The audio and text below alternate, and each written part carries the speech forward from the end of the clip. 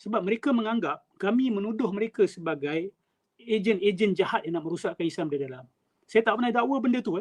Saya tak pernah kata Wan Hizam, Lepat, Haji Syahari, Syekh Rahimuddin ataupun Saudara Norman ni ada agenda jahat untuk merosakkan Islam di dalam. Saya tak pernah kata benda tu. Saya tak tahu niat anda. Dan saya faham kenapa murid-muridnya sebahagiannya begitu fanatik pertahankan. Saya tahu kenapa. Sebab you betul-betul merasakan bahawa ajaran-ajaran mereka ini membawa perubahan dalam hidup you. Mungkin ada yang lebih bahagia lepas dengar Wan Hizam. Lebih tenang lepas mendengar Lepat. Atau mungkin Lepat sendiri lepas mendapat ilmu ini dia lebih tenang dengan hidup dia. Kan? Ataupun Wan Hizam sendiri merasa lebih tenang selepas mendapat ilmu ini. Jadi of course mereka akan pertahankan. Pada mereka, I feel it. I feel the good effects of these teachings. So I want to teach to other people. Kemungkinan mereka berniat baik. Tapi saya ingin tekankan di sini. Merasakan sesuatu ilmu itu baik atau ajaran itu baik sebab dia mungkin menenangkan awak, membahagiakan awak, itu bukan bukti ajaran itu benar. Main rasa-rasa ni, semua orang boleh kata aku rasa. Kan? Semua aliran kata aku rasa aliran aku ni lebih baik. Kan? Bahkan bukan sekadar rasa-rasa biasa, mengalami pengalaman-pengalaman tertentu.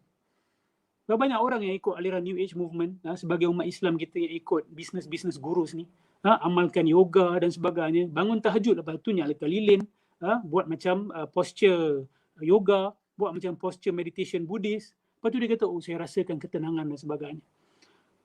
Ada yang sembah berhala rasa tenang, ada yang sembah pokok rasa tenang, ada yang tak sembah Tuhan pun rasa tenang. So macam mana?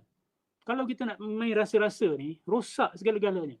Islam datang ajar kita bahawa rasa-rasa ni bukan kayu ukur kebenaran.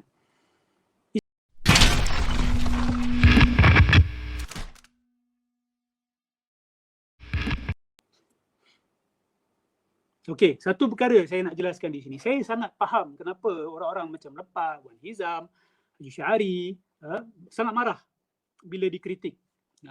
Sebab mereka menganggap kami menuduh mereka sebagai ejen-ejen jahat yang nak merosakkan Islam di dalam. Saya tak pernah dakwa benda tu. Saya tak pernah kata Wan Hizam, Lepat, Haji Syahari, Syekh Rahimuddin ataupun Saudara Norman ni ada agenda jahat untuk merosakkan Islam di dalam. Saya tak pernah kata benda tu. Saya tak tahu niat anda. Yang saya kata adalah dakwaan-dakwaan anda, kenyataan-kenyataan anda tak betul, sesat kalau mengikut aliran Ahlussunnah wal Jamaah. Itu yang saya katakan. Tapi bila saya kata sesat, of course Lepat marah, Wan Hizam marah, seolah-olah saya menuduh niat mereka. I do not know your intentions. But what you said, what you wrote is wrong. Okay? Unacceptable. Menggunakan kacamata akidah Ahlussunnah wal Jamaah. Al-Asy'ariyah wal Maturidiyah khususnya. Okay? Dan saya faham kenapa murid-muridnya sebahagiannya begitu fanatik pertahankan. Saya tahu kenapa.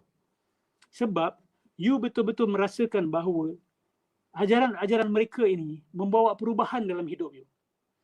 Mungkin ada yang lebih bahagia lepas dengar Wan Hizam. Lebih tenang lepas mendengar Lepat.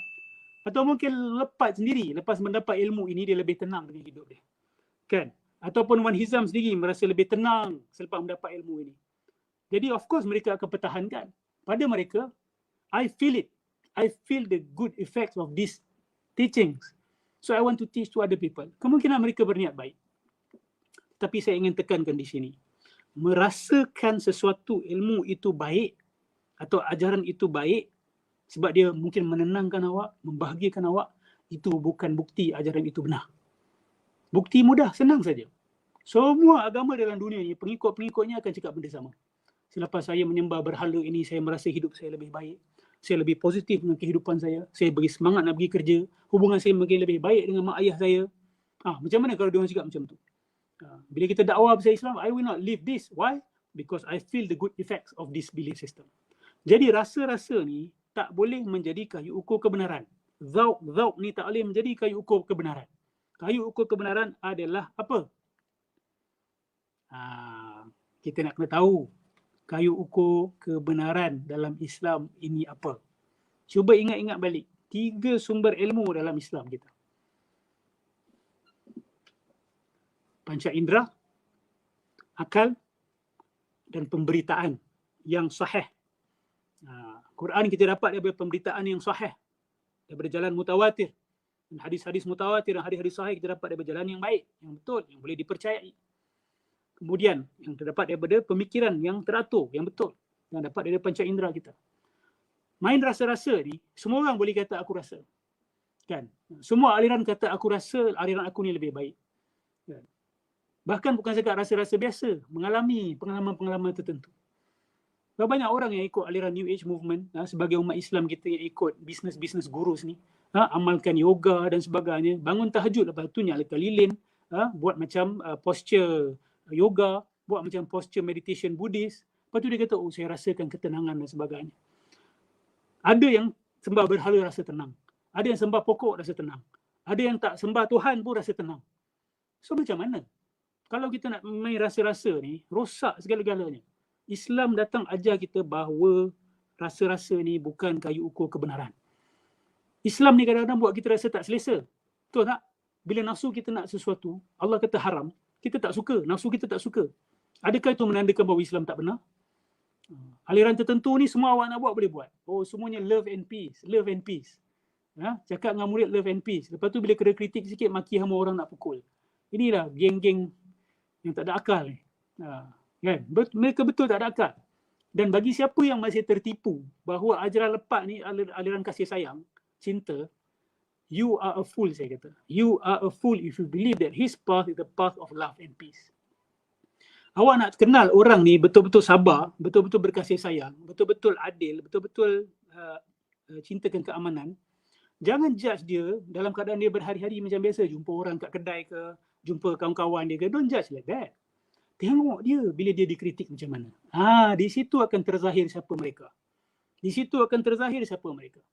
Bila dia kena kritik sikit sahaja, keluar mulut yang celupar, keluar ancaman nak memukul. Hanya orang yang tidak berakal saja yang akan menganggap orang-orang seperti ini adalah orang-orang yang tahu makrifat. Okay? So, ini mesej saya kepada student-student dia. Tolong fikir sikit, ya. Tolong fikir sikit. Jangan sampai mati akal. Jangan sampai mati akal. Jadi rasa-rasa ni tak boleh pakai. Okay? Hanya kerana seseorang tu mendakwa jalan dia tu jalan rasa, jalan keamanan, itu hanya claim sahaja. Everyone can claim that. Everyone can claim that. But it's not in the claim, it is in the evidence. It is the pembuktian. Qul hatu burhanakum in kuntum shadiqin. Itu jalan agama kita. Bawa evidence kamu, bawa hujah kamu kalau kamu benar. Itu jalan agama kita. Qul hatu burhanakum in kuntum shadiqin. Qul hadhihi sabili ad'u ila Allah ala basiratin ana wa man ittaba'ani. Apa Nabi kata? Katakanlah wahai Muhammad, ini jalan aku. Jalan apa? Jalan ilmu, jalan hujah. Tengok ayat sebelum tu. Ad'u ila Allah ala basiratin. Aku menyeru manusia kepada Allah dengan jalan yang basira. Basira ni jalan yang jelas, yang berhujah, yang berilmu, yang berakal. Itu basiratin. Hati yang suci, yang bersih, dengan pandangan mata batin yang suci, yang bersih, yang lurus, yang tajam. Ana wa man ittaba'ani. Itu jalan aku dan jalan mereka-mereka yang mengikut aku.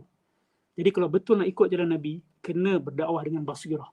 Bukan dengan rasa-rasa. Ada Nabi bawa jalan rasa. Ada Nabi kata, oh aku ikut Islam ni sebab aku zauk. Mana ada benda ni? Tak ada benda ni.